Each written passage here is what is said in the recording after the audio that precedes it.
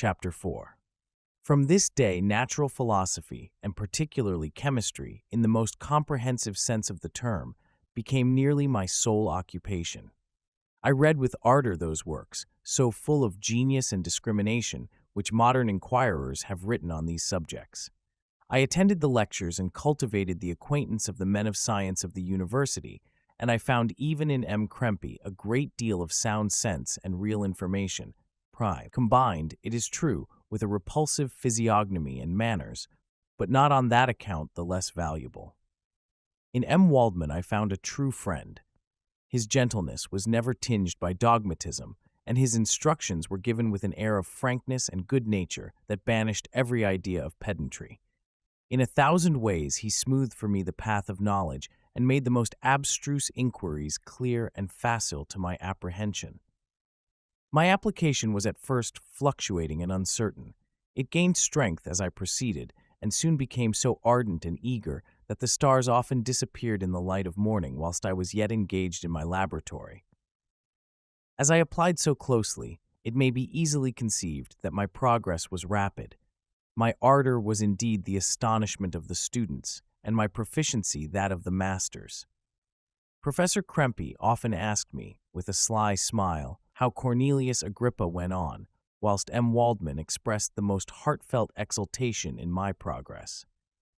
2 years passed in this manner, during which I paid no visit to Geneva, but was engaged, heart and soul, in the pursuit of some discoveries which I hoped to make. None but those who have experienced them can conceive of the enticements of science. In other studies you go as far as others have gone before you, and there is nothing more to know. But in a scientific pursuit, there is continual food for discovery and wonder. A mind of moderate capacity, which closely pursues one study, must infallibly arrive at great proficiency in that study. And I, who continually sought the attainment of one object of pursuit and was solely wrapped up in this, improved so rapidly that at the end of 2 years I made some discoveries in the improvement of some chemical instruments, which procured me great esteem and admiration at the university.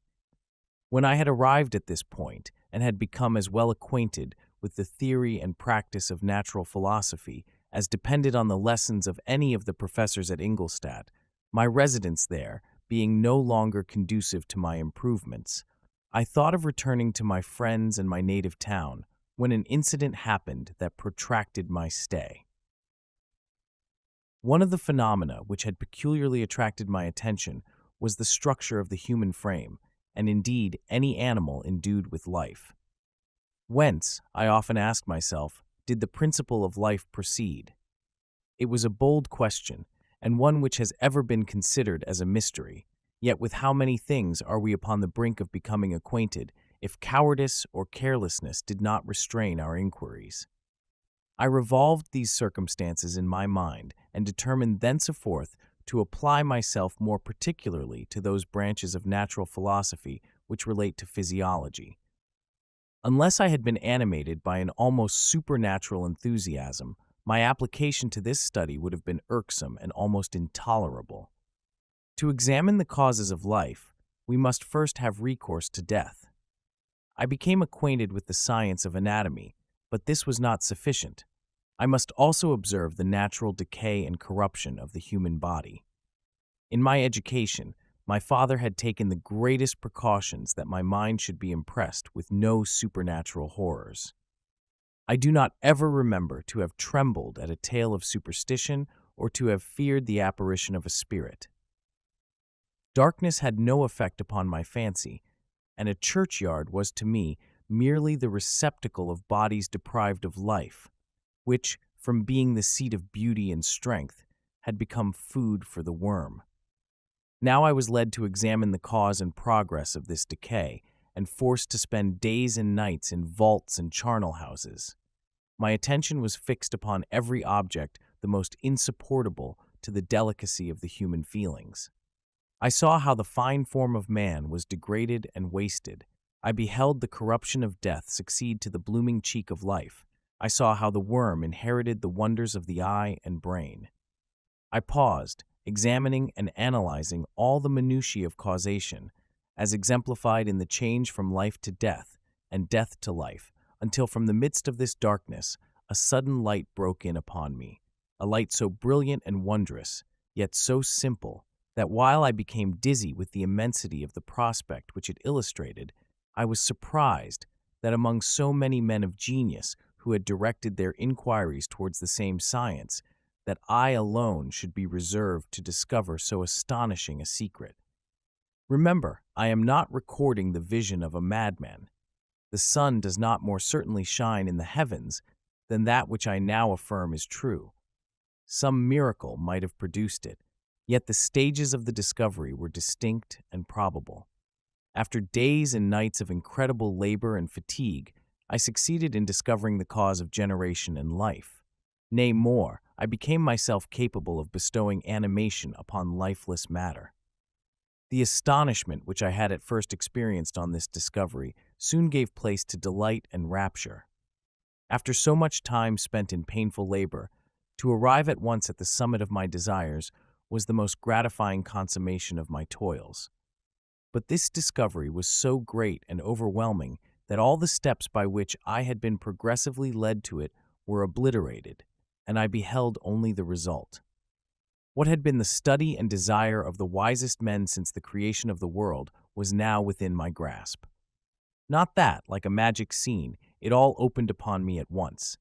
The information I had obtained was of a nature rather to direct my endeavors so soon as I should point them towards the object of my search, than to exhibit that object already accomplished.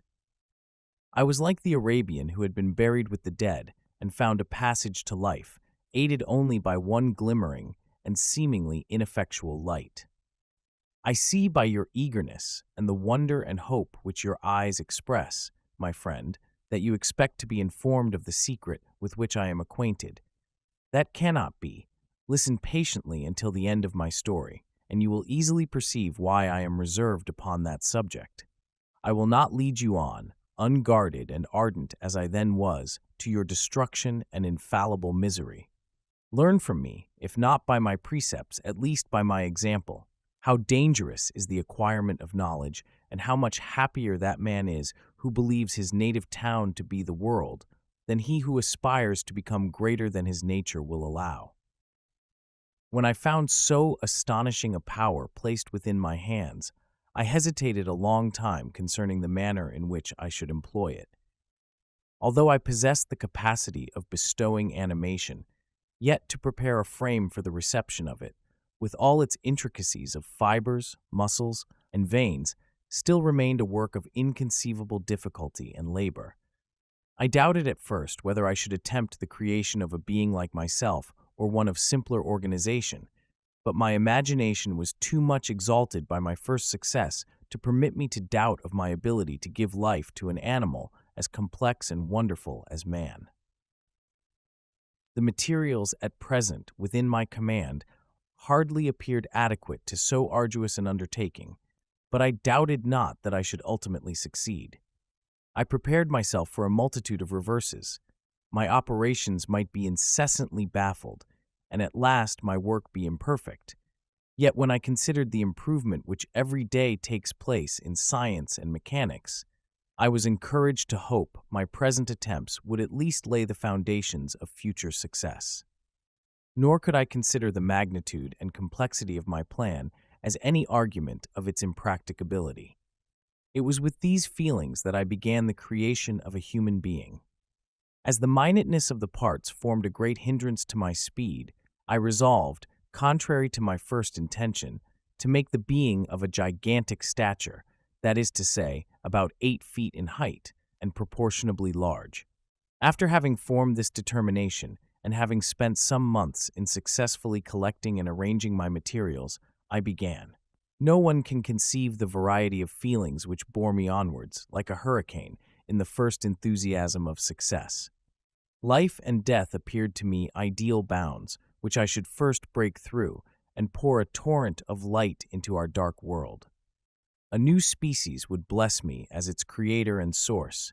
Many happy and excellent natures would owe their being to me. No father could claim the gratitude of his child so completely as I should deserve theirs. Pursuing these reflections, I thought that if I could bestow animation upon lifeless matter, I might, in process of time, although I now found it impossible, renew life where death had apparently devoted the body to corruption. These thoughts supported my spirits, while I pursued my undertaking with unremitting ardor. My cheek had grown pale with study, and my person had become emaciated with confinement. Sometimes, on the very brink of certainty, I failed, yet still I clung to the hope which the next day or the next hour might realize. One secret which I alone possessed was the hope to which I had dedicated myself, and the moon gazed on my midnight labors, while, with unrelaxed and breathless eagerness, I pursued nature to her hiding places. Who shall conceive the horrors of my secret toil, as I dabbled among the unhallowed damps of the grave, or tortured the living animal to animate the lifeless clay? My limbs now tremble, and my eyes swim with the remembrance. But then a resistless and almost frantic impulse urged me forward. I seemed to have lost all soul or sensation, but for this one pursuit. It was indeed but a passing trance, that only made me feel with renewed acuteness so soon as, the unnatural stimulus ceasing to operate, I had returned to my old habits. I collected bones from charnel houses and disturbed, with profane fingers, the tremendous secrets of the human frame. In a solitary chamber, or rather cell, at the top of the house, and separated from all the other apartments by a gallery and staircase, I kept my workshop of filthy creation. My eyeballs were starting from their sockets in attending to the details of my employment. The dissecting room and the slaughterhouse furnished many of my materials, and often did my human nature turn with loathing from my occupation, whilst, still urged on by an eagerness which perpetually increased, I brought my work near to a conclusion. The summer months passed while I was thus engaged, heart and soul in one pursuit. It was a most beautiful season. Never did the fields bestow a more plentiful harvest or the vines yield a more luxuriant vintage, but my eyes were insensible to the charms of nature. And the same feelings which made me neglect the scenes around me caused me also to forget those friends who were so many miles absent and whom I had not seen for so long a time. I knew my silence disquieted them, and I well remembered the words of my father. I know that while you are pleased with yourself, you will think of us with affection, and we shall hear regularly from you. You must pardon me if I regard any interruption in your correspondence as a proof that your other duties are equally neglected. I knew well, therefore, what would be my father's feelings, but I could not tear my thoughts from my employment, loathsome in itself, but which had taken an irresistible hold of my imagination. I wished, as it were, to procrastinate all that related to my feelings of affection until the great object, which swallowed up every habit of my nature, should be completed. I then thought that my father would be unjust if he ascribed my neglect to vice or faultiness on my part, but I am now convinced that he was justified in conceiving that I should not be altogether free from blame. A human being in perfection ought always to preserve a calm and peaceful mind, and never to allow passion or a transitory desire to disturb his tranquility. I do not think that the pursuit of knowledge is an exception to this rule. If the study to which you apply yourself has a tendency to weaken your affections and to destroy your taste for those simple pleasures in which no alloy can possibly mix, then that study is certainly unlawful, that is to say, not befitting the human mind. If this rule were always observed, if no man allowed any pursuit whatsoever to interfere with the tranquility of his domestic affections, Greece had not been enslaved, Caesar would have spared his country, America would have been discovered more gradually, and the empires of Mexico and Peru had not been destroyed. But I forget that I am moralizing in the most interesting part of my tale, and your looks remind me to proceed. My father made no reproach in his letters, and only took notice of my silence by inquiring into my occupations more particularly than before. Winter, spring, and summer passed away during my labors, but I did not watch the blossom or the expanding leaves, sights which before always yielded me supreme delight, so deeply was I engrossed in my occupation. The leaves of that year had withered before my work drew near to a close, and now every day showed me more plainly how well I had succeeded. But my enthusiasm was checked by my anxiety, and I appeared rather like one doomed by slavery to toil in the mines, or any other unwholesome trade than an artist occupied by his favorite employment. Every night I was oppressed by a slow fever, and I became nervous to a most painful degree. The fall of a leaf startled me, and I shunned my fellow creatures as if I had been guilty of a crime. Sometimes I grew alarmed at the wreck I perceived that I had become. The energy of my purpose alone sustained me. My labors would soon end, and I believed that exercise and amusement would then drive away incipient disease, and I promised myself both of these when my creation should be complete. Chapter 5. It was on a dreary night of November that I beheld the accomplishment of my toils. With an anxiety that almost amounted to agony, I collected the instruments of life around me, that I might infuse a spark of being into the lifeless thing that lay at my feet. It was already 1 in the morning. The rain pattered dismally against the panes, and my candle was nearly burnt out when, by the glimmer of the half-extinguished light, I saw the dull yellow eye of the creature open. It breathed hard, and a convulsive motion agitated its limbs. How can I describe my emotions at this catastrophe, or how delineate the wretch whom with such infinite pains and care I had endeavored to form? His limbs were in proportion, and I had selected his features as beautiful. Beautiful! Great God! His yellow skin scarcely covered the work of muscles and arteries beneath. His hair was of a lustrous black and flowing, his teeth of a pearly whiteness.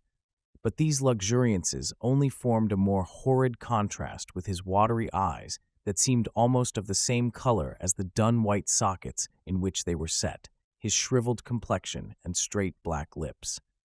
The different accidents of life are not so changeable as the feelings of human nature. I had worked hard for nearly 2 years, for the sole purpose of infusing life into an inanimate body. For this, I had deprived myself of rest and health. I had desired it with an ardor that far exceeded moderation. But now that I had finished, the beauty of the dream vanished, and breathless horror and disgust filled my heart. Unable to endure the aspect of the being I had created, I rushed out of the room and continued a long time traversing my bedchamber, unable to compose my mind to sleep. At length, lassitude succeeded to the tumult I had before endured, and I threw myself on the bed in my clothes, endeavoring to seek a few moments of forgetfulness. But it was in vain.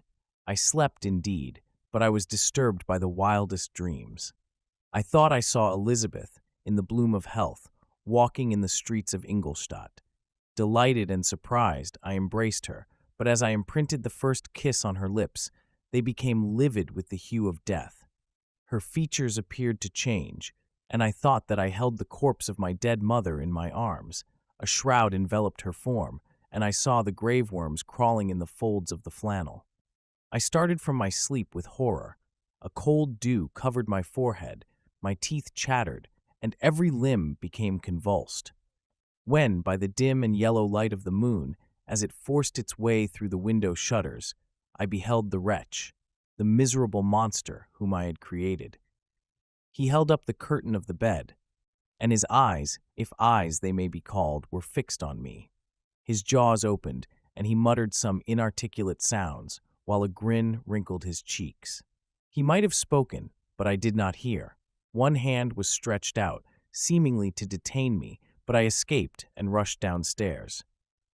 I took refuge in the courtyard belonging to the house which I inhabited, where I remained during the rest of the night, walking up and down in the greatest agitation, listening attentively, catching and fearing each sound as if it were to announce the approach of the demoniacal corpse to which I had so miserably given life. Oh, no mortal could support the horror of that countenance. A mummy again endued with animation could not be so hideous as that wretch. I had gazed on him while unfinished. He was ugly then, but when those muscles and joints were rendered capable of motion, it became a thing such as even Dante could not have conceived. I passed the night wretchedly. Sometimes my pulse beat so quickly and hardly that that I felt the palpitation of every artery. At others, I nearly sank to the ground through languor and extreme weakness. Mingled with this horror, I felt the bitterness of disappointment. Dreams that had been my food and pleasant rest for so long a space were now become a hell to me, and the change was so rapid, the overthrow so complete. Morning, dismal and wet, at length dawned and discovered to my sleepless and aching eyes the church of Ingolstadt, its white steeple and clock, which indicated the 6th hour. The porter opened the gates of the court, which had that night been my asylum, and I issued into the streets, pacing them with quick steps, as if I sought to avoid the wretch whom I feared every turning of the street would present to my view. I did not dare return to the apartment which I inhabited, but felt impelled to hurry on, although drenched by the rain which poured from a black and comfortless sky. I continued walking in this manner for some time, endeavoring by bodily exercise to ease the load that weighed upon my mind. I traversed the streets without any clear conception of where I was or what I was doing. My heart palpitated in the sickness of fear, and I hurried on with irregular steps, not daring to look about me. Like one who, on a lonely road, doth walk in fear and dread, and, having once turned round, walks on, and turns no more his head, because he knows a frightful fiend doth close behind and tread. Coleridge's Ancient Mariner. Continuing thus, I came at length opposite to the inn at which the various diligences and carriages usually stopped. Here I paused, I knew not why, but I remained some minutes with my eyes fixed on a coach that was coming towards me from the other end of the street. As it drew nearer, I observed that it was the Swiss diligence. It stopped just where I was standing, and on the door being opened, I perceived Henry Clerval, who, on seeing me, instantly sprung out. "My dear Frankenstein," exclaimed he, "how glad I am to see you! How fortunate that you should be here at the very moment of my alighting." Nothing could equal my delight on seeing Clerval. His presence brought back to my thoughts my father, Elizabeth, and all those scenes of home so dear to my recollection. I grasped his hand, and in a moment forgot my horror and misfortune. I felt suddenly, and for the first time during many months, calm and serene joy. I welcomed my friend, therefore, in the most cordial manner, and we walked towards my college. Clerval continued talking for some time about our mutual friends and his own good fortune in being permitted to come to Ingolstadt. "You may easily believe," said he, "how great was the difficulty to persuade my father that all necessary knowledge was not comprised in the noble art of bookkeeping, and indeed, I believe I left him incredulous to the last, for his constant answer to my unwearied entreaties was the same as that of the Dutch schoolmaster in The Vicar of Wakefield. I have 10,000 florins a year without Greek, I eat heartily without Greek. But his affection for me at length overcame his dislike of learning, and he has permitted me to undertake a voyage of discovery to the land of knowledge. It gives me the greatest delight to see you, but tell me how you left my father, brothers, and Elizabeth." "Very well, and very happy, only a little uneasy that they hear from you so seldom. By the by, I mean to lecture you a little upon their account myself. But, my dear Frankenstein," continued he, stopping short and gazing full in my face, "I did not before remark how very ill you appear. So thin and pale, you look as if you had been watching for several nights." "You have guessed right.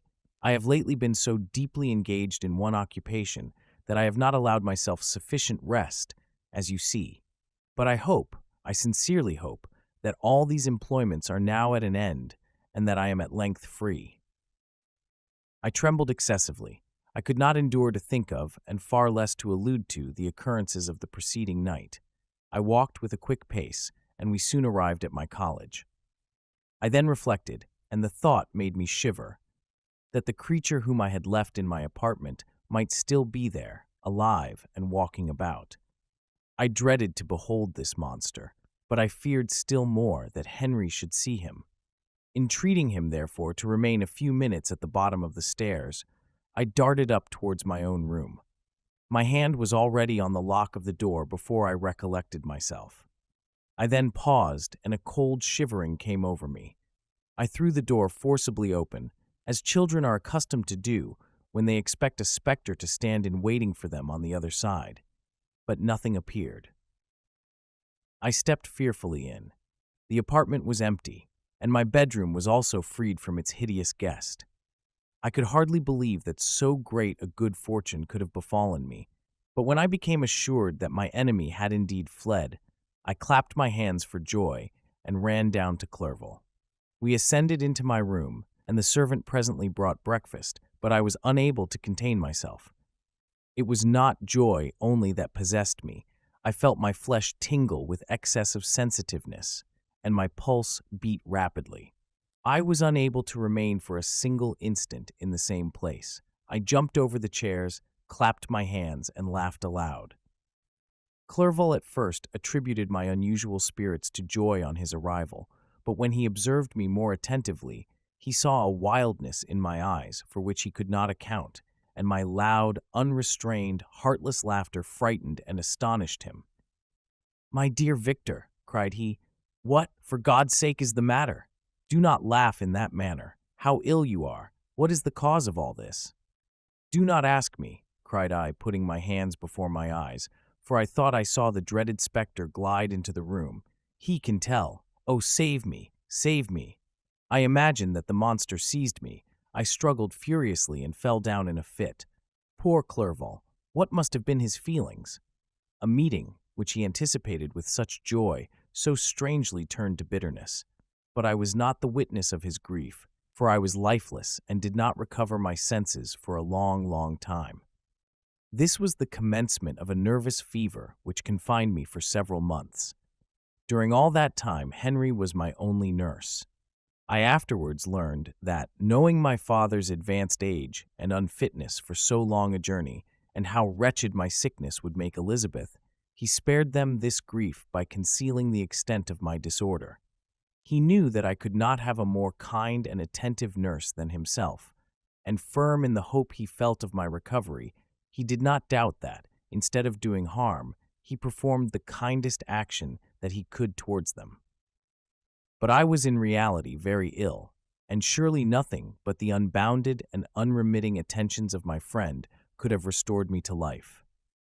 The form of the monster on whom I had bestowed existence was forever before my eyes, and I raved incessantly concerning him. Doubtless my words surprised Henry. He at first believed them to be the wanderings of my disturbed imagination, but the pertinacity with which I continually recurred to the same subject persuaded him that my disorder indeed owed its origin to some uncommon and terrible event. By very slow degrees, and with frequent relapses that alarmed and grieved my friend, I recovered. I remember the first time I became capable of observing outward objects with any kind of pleasure.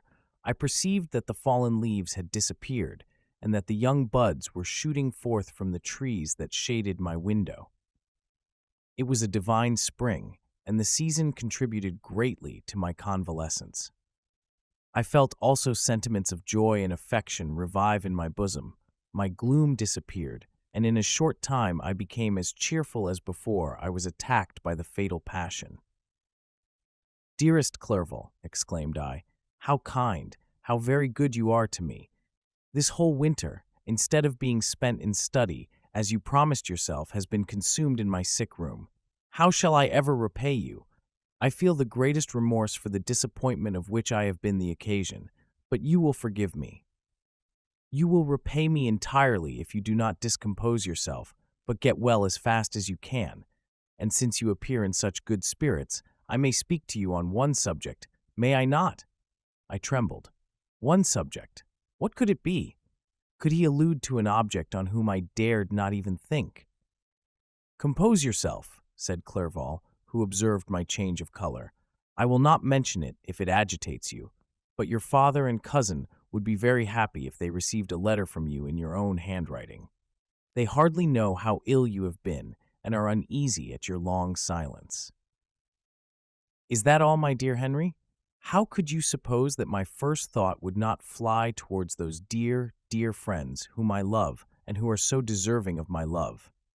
If this is your present temper, my friend, you will perhaps be glad to see a letter that has been lying here some days for you. It is from your cousin, I believe. Chapter 6. Clerval then put the following letter into my hands. It was from my own Elizabeth.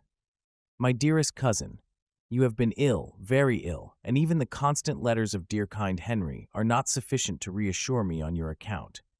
You are forbidden to write, to hold a pen, yet one word from you, dear Victor, is necessary to calm our apprehensions. For a long time I have thought that each post would bring this line, and my persuasions have restrained my uncle from undertaking a journey to Ingolstadt. I have prevented his encountering the inconveniences and perhaps dangers of so long a journey. Yet how often have I regretted not being able to perform it myself? I figure to myself that the task of attending on your sickbed has devolved on some mercenary old nurse, who could never guess your wishes, nor minister to them with the care and affection of your poor cousin. Yet that is over now. Clerval writes that indeed you are getting better. I eagerly hope that you will confirm this intelligence soon in your own handwriting. Get well and return to us. You will find a happy, cheerful home and friends who love you dearly. Your father's health is vigorous, and he asks but to see you, but to be assured that you are well, and not a care will ever cloud his benevolent countenance. How pleased you would be to remark the improvement of our Ernest. He is now 16 and full of activity and spirit. He is desirous to be a true Swiss and to enter into foreign service, but we cannot part with him, at least until his elder brother returns to us. My uncle is not pleased with the idea of a military career in a distant country, but Ernest never had your powers of application. He looks upon study as an odious fetter. His time is spent in the open air, climbing the hills or rowing on the lake. I fear that he will become an idler unless we yield the point and permit him to enter on the profession which he has selected. Little alteration, except the growth of our dear children, has taken place since you left us. The blue lake and snow-clad mountains, they never change, and I think our placid home and our contented hearts are regulated by the same immutable laws. My trifling occupations take up my time and amuse me, and I am rewarded for any exertions by seeing none but happy, kind faces around me. Since you left us, but one change has taken place in our little household. Do you remember on what occasion Justine Moritz entered our family? Probably you do not. I will relate her history, therefore in a few words.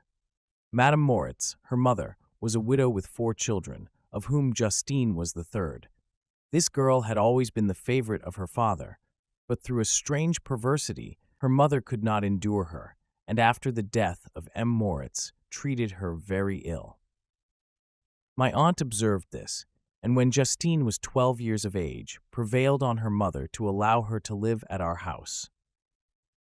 The republican institutions of our country have produced simpler and happier manners than those which prevail in the great monarchies that surround it.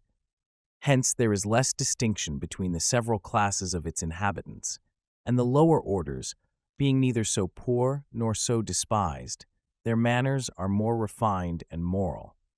A servant in Geneva does not mean the same thing as a servant in France and England. Justine, thus received in our family, learned the duties of a servant, a condition which, in our fortunate country, does not include the idea of ignorance and a sacrifice of the dignity of a human being. Justine, you may remember, was a great favorite of yours, and I recollect you once remarked that if you were in an ill humor, one glance from Justine could dissipate it, for the same reason that Ariosto gives concerning the beauty of Angelica. She looked so frank-hearted and happy. My aunt conceived a great attachment for her, by which she was induced to give her an education superior to that which she had at first intended. This benefit was fully repaid. Justine was the most grateful little creature in the world. I do not mean that she made any professions. I never heard one pass her lips, but you could see by her eyes that she almost adored her protectress. Although her disposition was gay and in many respects inconsiderate, yet she paid the greatest attention to every gesture of my aunt. She thought her the model of all excellence and endeavored to imitate her phraseology and manners, so that even now she often reminds me of her. When my dearest aunt died, everyone was too much occupied in their own grief to notice poor Justine, who had attended her during her illness with the most anxious affection. Poor Justine was very ill, but other trials were reserved for her. One by one, her brothers and sister died, and her mother, with the exception of her neglected daughter, was left childless. The conscience of the woman was troubled. She began to think that the deaths of her favorites was a judgment from heaven to chastise her partiality. She was a Roman Catholic, and I believe her confessor confirmed the idea which she had conceived. Accordingly, a few months after your departure for Ingolstadt, Justine was called home by her repentant mother. Poor girl! She wept when she quitted our house. She was much altered since the death of my aunt. Grief had given softness and a winning mildness to her manners, which had before been remarkable for vivacity. Nor was her residence at her mother's house of a nature to restore her gaiety. The poor woman was very vacillating in her repentance. She sometimes begged Justine to forgive her unkindness, but much oftener accused her of having caused the deaths of her brothers and sister. Perpetual fretting at length threw Madame Moritz into a decline, which at first increased her irritability, but she is now at peace forever. She died on the first approach of cold weather at the beginning of this last winter. Justine has just returned to us, and I assure you I love her tenderly. She is very clever and gentle and extremely pretty. As I mentioned before, her mien and her expression continually remind me of my dear aunt. I must say also a few words to you, my dear cousin, of little darling William. I wish you could see him. He is very tall of his age, with sweet laughing blue eyes, dark eyelashes, and curling hair. When he smiles, 2 little dimples appear on each cheek, which are rosy with health. He has already had 1 or 2 little wives, but Louisa Byron is his favorite, a pretty little girl of 5 years of age. Now, dear Victor, I dare say you wish to be indulged in a little gossip concerning the good people of Geneva. The pretty Miss Mansfield has already received the congratulatory visits on her approaching marriage with a young Englishman, John Melbourne, Esquire. Her ugly sister, Manon, married M. Duvillard, the rich banker, last autumn. Your favorite schoolfellow, Louis Manoir, has suffered several misfortunes since the departure of Clerval from Geneva. But he has already recovered his spirits and is reported to be on the point of marrying a lively, pretty Frenchwoman, Madame Tavernier. She is a widow and much older than Manoir, but she is very much admired and a favorite with everybody. I have written myself into better spirits, dear cousin, but my anxiety returns upon me as I conclude. Write, dearest Victor. 1 line, 1 word will be a blessing to us. 10,000 thanks to Henry for his kindness, his affection, and his many letters. We are sincerely grateful. Adieu, my cousin. Take care of yourself, and I entreat you, write. Elizabeth Lavenza, Geneva, March 18th, 17. Dear, dear Elizabeth, I exclaimed when I had read her letter, I will write instantly and relieve them from the anxiety they must feel. I wrote, and this exertion greatly fatigued me, but my convalescence had commenced and proceeded regularly. In another fortnight, I was able to leave my chamber. One of my first duties on my recovery was to introduce Clerval to the several professors of the university. In doing this, I underwent a kind of rough usage, ill befitting the wounds that my mind had sustained.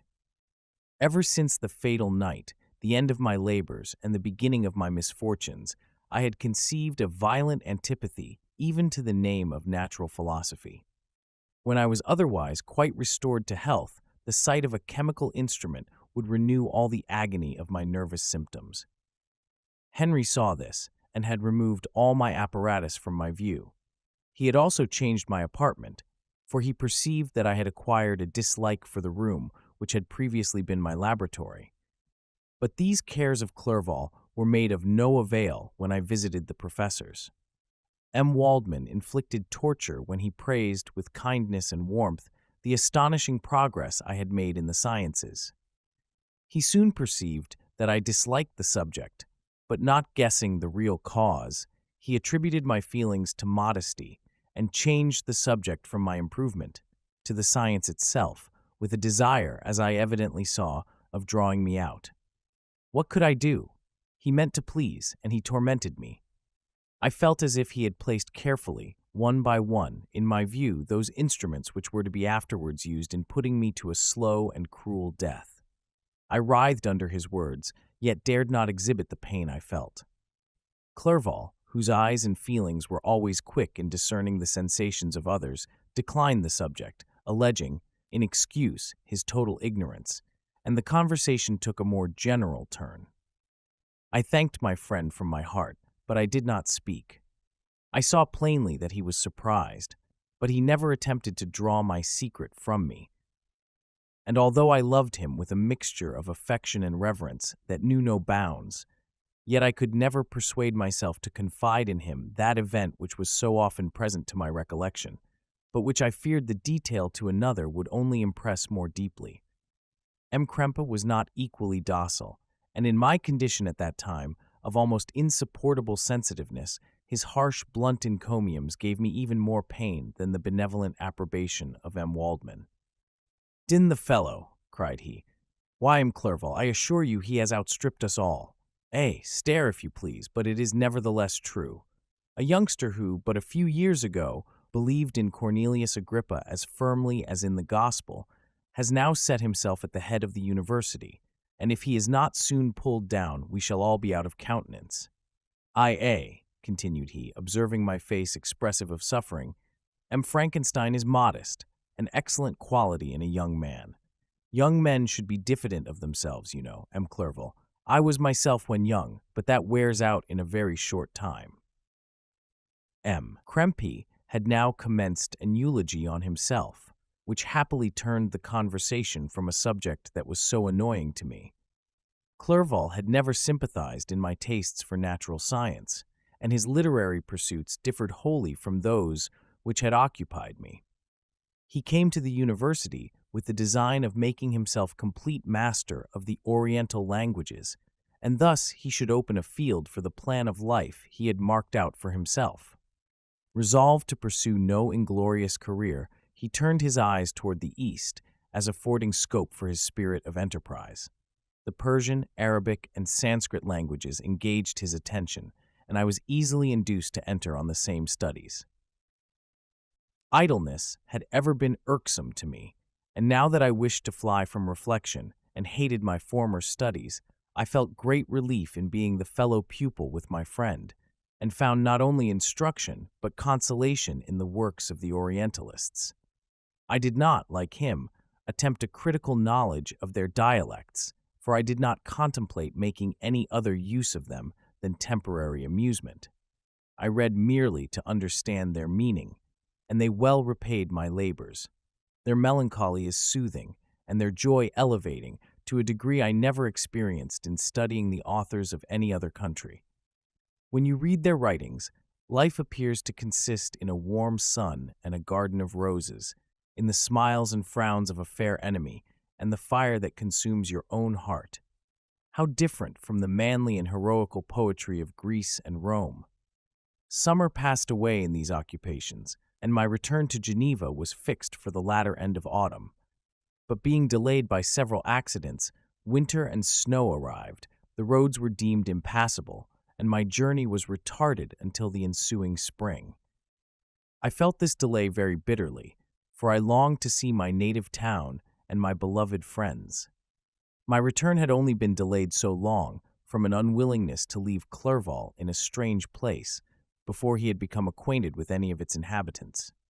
The winter, however, was spent cheerfully, and although the spring was uncommonly late, when it came its beauty compensated for its dilatoriness.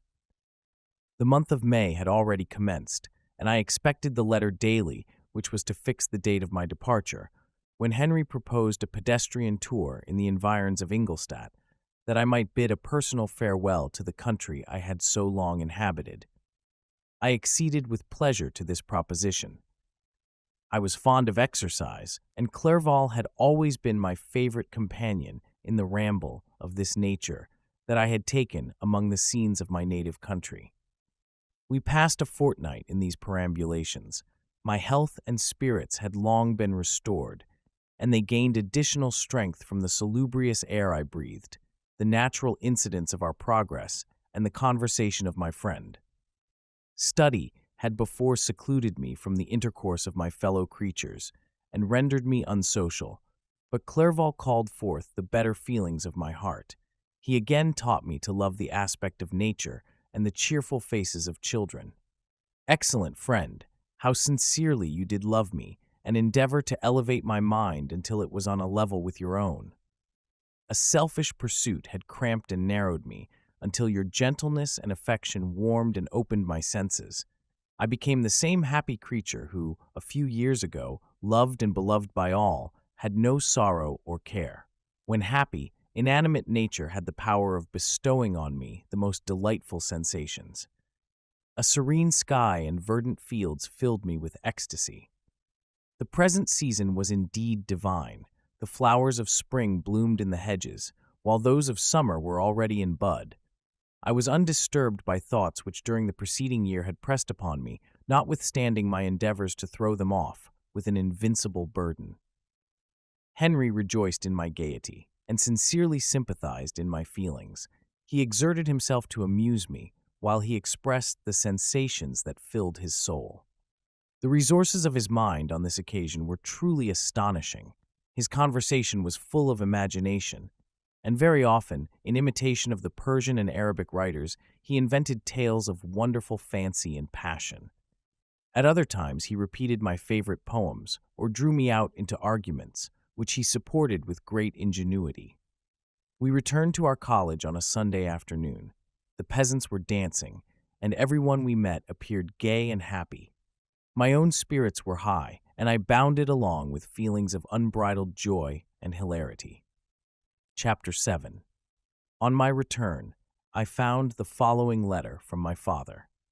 My dear Victor, you have probably waited impatiently for a letter to fix the date of your return to us, and I was at first tempted to write only a few lines, merely mentioning the day on which I should expect you.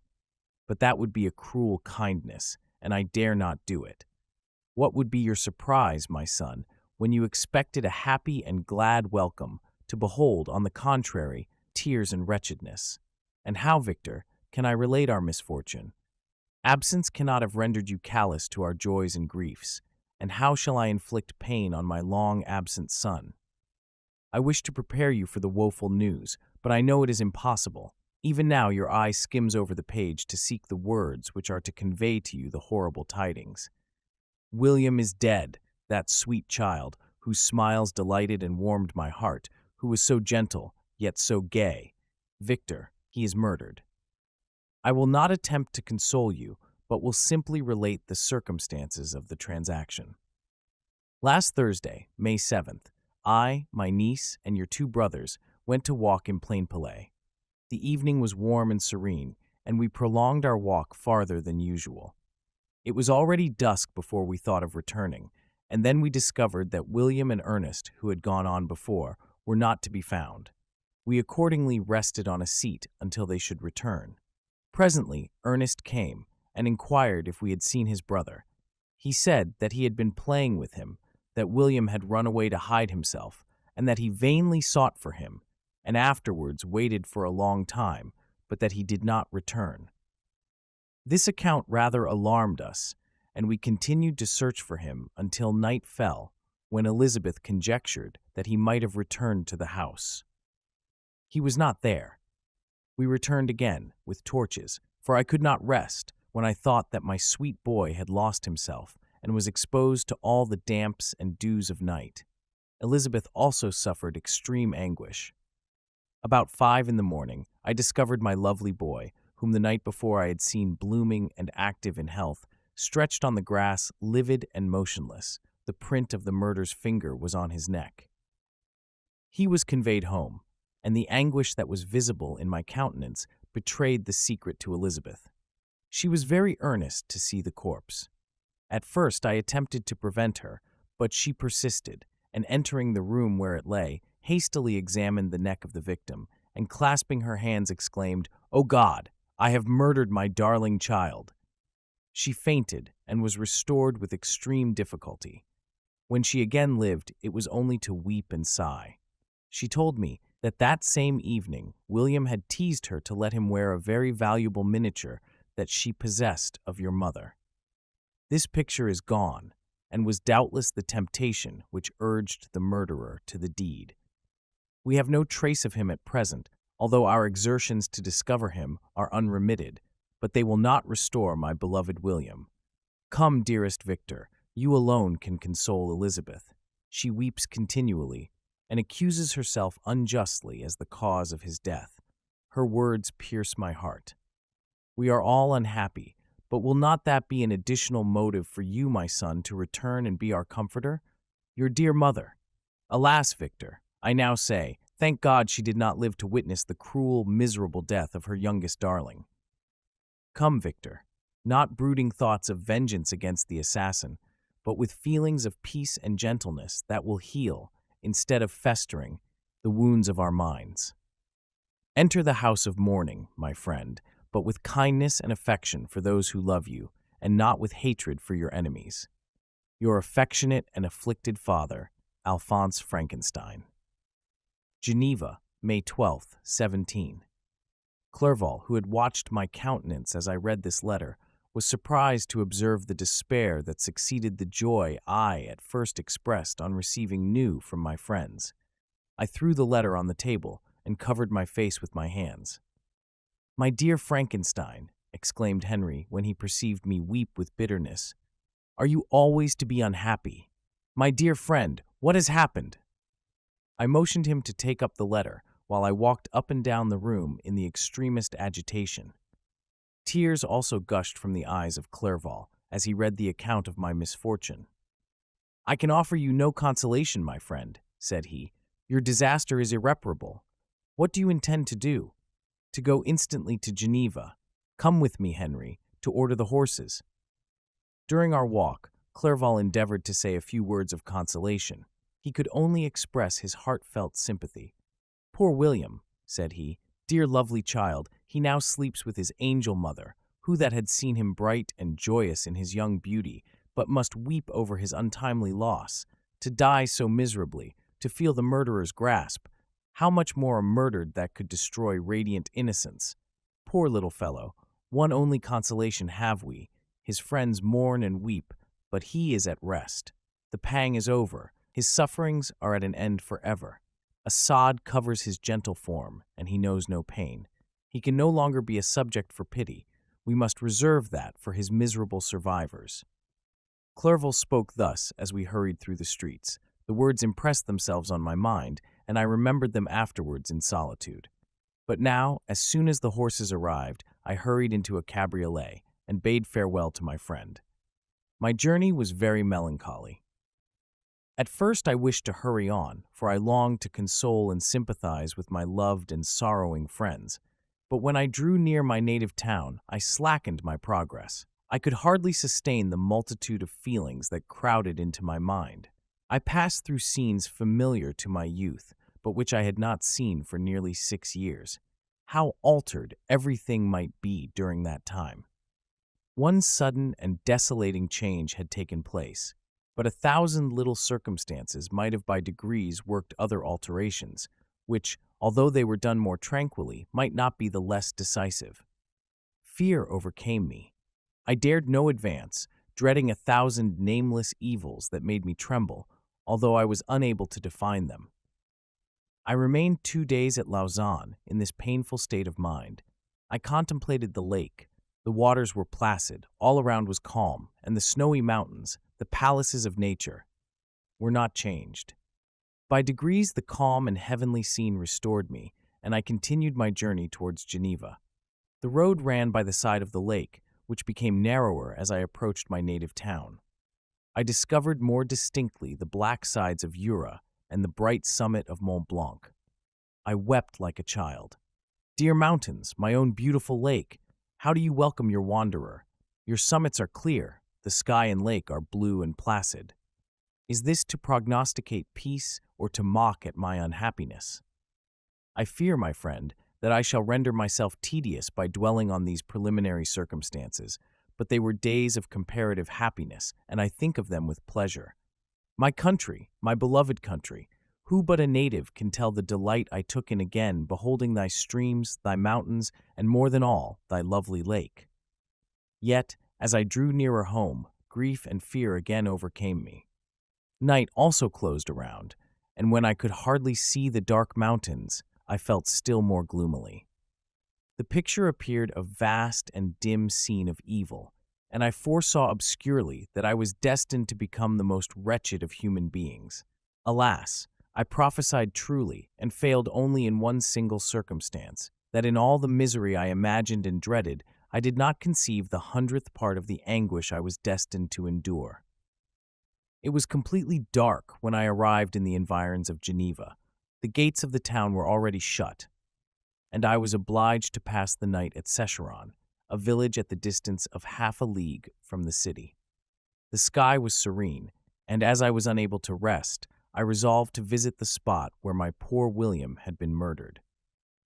As I could not pass through the town, I was obliged to cross the lake in a boat to arrive at Plainpalais. During this short voyage, I saw the lightning playing on the summit of Mont Blanc in the most beautiful figures. The storm appeared to approach rapidly, and on landing, I ascended a low hill that I might observe its progress. It advanced, the heavens were clouded, and I soon felt the rain coming slowly in large drops, but its violence quickly increased. I quitted my seat and walked on, although the darkness and storm increased every minute, and the thunder burst with a terrific crash over my head.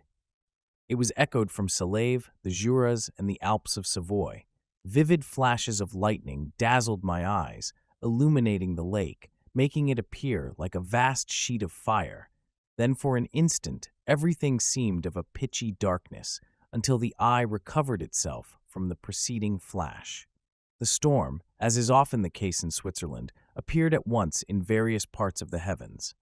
The most violent storm hung exactly north of the town, over the part of the lake which lies between the promontory of Bellerive and the village of Coppet. Another storm enlightened Jura with faint flashes, and another darkened and sometimes disclosed the Mole, a peaked mountain to the east of the lake. While I watched the tempest, so beautiful yet terrific, I wandered on with a hasty step. This noble war in the sky elevated my spirits. I clasped my hands and exclaimed aloud, "William, dear angel, this is thy funeral, this thy dirge."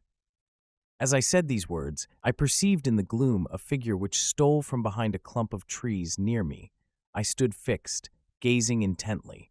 I could not be mistaken. A flash of lightning illuminated the object and discovered its shape plainly to me.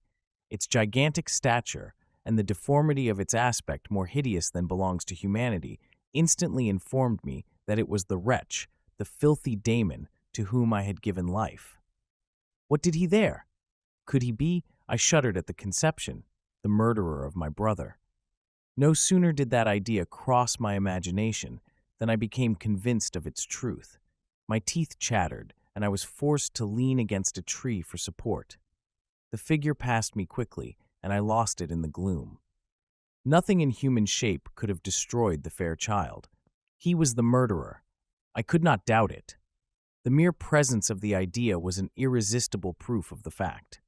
I thought of pursuing the devil, but it would have been in vain, for another flash discovered him to me, hanging among the rocks of the nearly perpendicular ascent of Mont Salève, a hill that bounds Plainpalais on the south. He soon reached the summit and disappeared.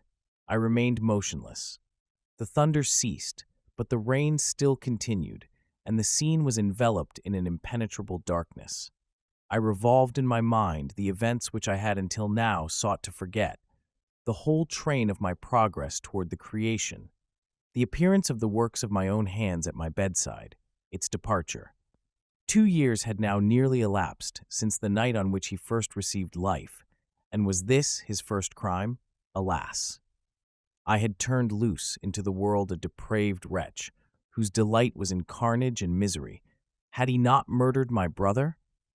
No one can conceive the anguish I suffered during the remainder of the night which I spent, cold and wet, in the open air.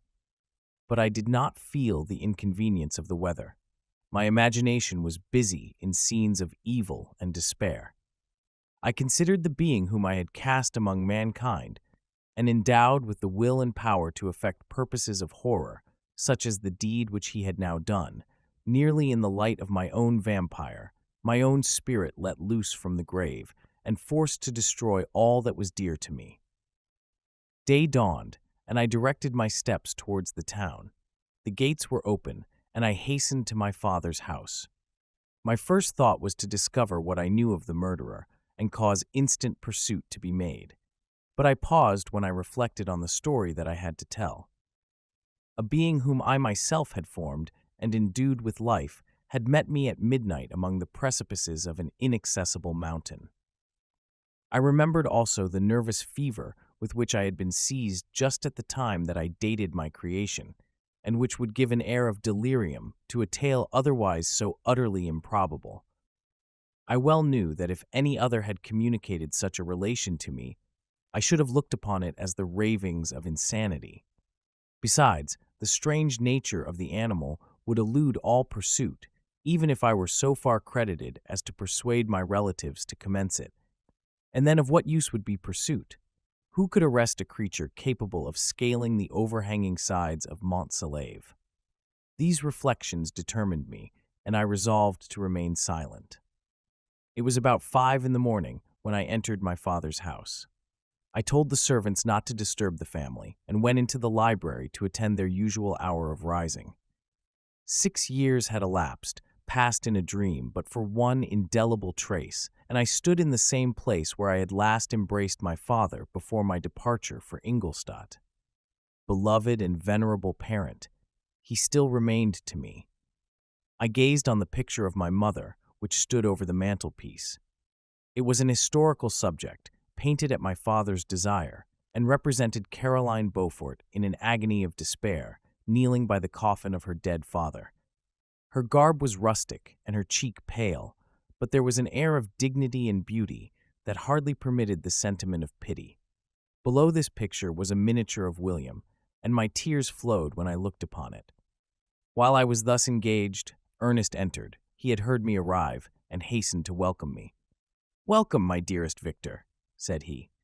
"Ah, I wish you had come 3 months ago, and then you would have found us all joyous and delighted.